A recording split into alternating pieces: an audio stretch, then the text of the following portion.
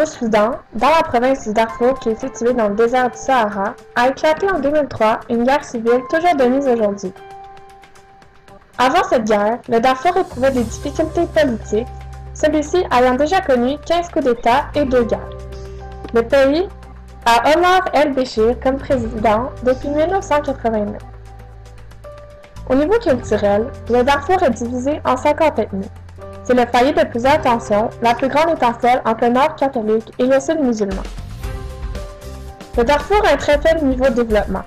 En effet, seulement un tiers des filles vont à l'école. Du côté des garçons, 44,5% ont la chance d'être scolarisés. Avec ces preuves, on peut dire que le Darfour n'est pas bien développé et n'est pas stable. Le niveau de vie est en effet très bas. Les causes de la guerre civile, qui dure depuis des années, sont nombreuses. Premièrement, depuis les années 70, un énorme phénomène de sécheresse frappe la province africaine. Les terres habitables se font donc de plus en plus rares et l'eau est désormais un trésor recherché. La population du Darfour a connu un immense boom. La population a doublé en 20 années seulement. La compétition pour l'espace est présente entre les citoyens qui veulent s'y installer.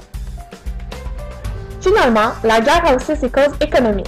En effet, la découverte de ressources de pétrole est la racine de nombreux conflits et mésententes. Toutes ces raisons font en sorte qu'un conflit a éclaté entre les ethnies du Darfour. Plusieurs acteurs font part à la guerre. Bien sûr, les soldats sont les personnes les plus impliquées. La population du Darfour, la milice, les autres pays du monde, ainsi que les différents groupes ont tous un rôle à jouer dans cette guerre.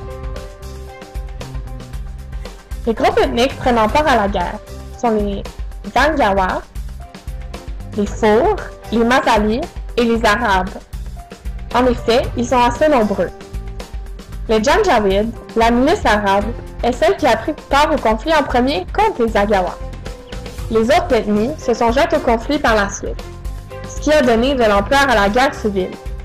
Les forces rebelles sont l'Armée de libération du Soudan, le Mouvement pour la justice et l'égalité et l'Armée populaire de libération du Soudan. Certains groupes ont pour mandat de stopper les groupes rebelles nommés précédemment. Il s'agit des soldats de l'Union africaine ainsi que les casques bleus, présents sur le terrain et qui essaient de maintenir la paix. Après les premiers éclatements entre les ethnies, la population noire dénonce et se révolte contre le gouvernement arabe en place. Pour se venger, les Arabes qui font partie des Janjaweed assassinent les populations noires. Le gouvernement ne dit pas un seul mot et laisse tout faire. Aucune intervention du gouvernement n'est faite. C'est la guerre entre le nord et le sud du Darfour. 2,7 millions de citoyens du Darfour vont se déplacer à cause de la guerre et de ses conséquences. 300 000 personnes perdront la vie et 230 000 personnes se réfugient au Tchad, qui est le voisin du Soudan. Les États-Unis souhaitent créer un embargo sur le commerce des armes. Cela forcerait le gouvernement à faire cesser les assassinats que commettent les Arabes. La France, l'Union européenne, la Chine et le Canada, soit des pays et des groupes influents, ne feront aucune intervention militaire car le Soudan est une réserve de pétrole ou parce qu'il ne fait pas entrer dans les troupes qui nuiraient aux pays voisins. Les Janjaweed sont fortement dépendants de la Chine. En effet, elle les fournit en armement. C'est pourquoi un embargo serait une bonne stratégie à adopter. Les Janjaweed sont aussi dépendants du gouvernement, lui aussi arabe. Sans lui, les Janjaweed ne pourraient pas prendre action. Les droits humains des citoyens du Darfour ont été supportés par des ONG présents pour les aider. Par contre, plusieurs ont reproché à l'ONU de ne pas avoir agi à la hauteur, avec pas assez de vigueur pour venir en aide, surtout que le conflit se transforme en génocide. Bref, depuis 2003, les groupes souhaitant la paix revendiquent l'arrêt du conflit en essayant de trouver des terrains d'entente. Cet énorme conflit est basé sur des revendications majoritairement politiques, les Noirs voulant faire tomber le gouvernement arabe et vice-versa.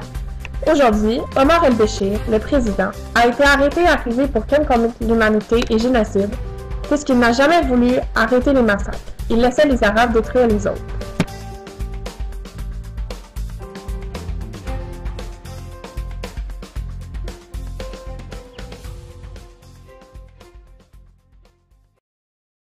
Created using Powtoon.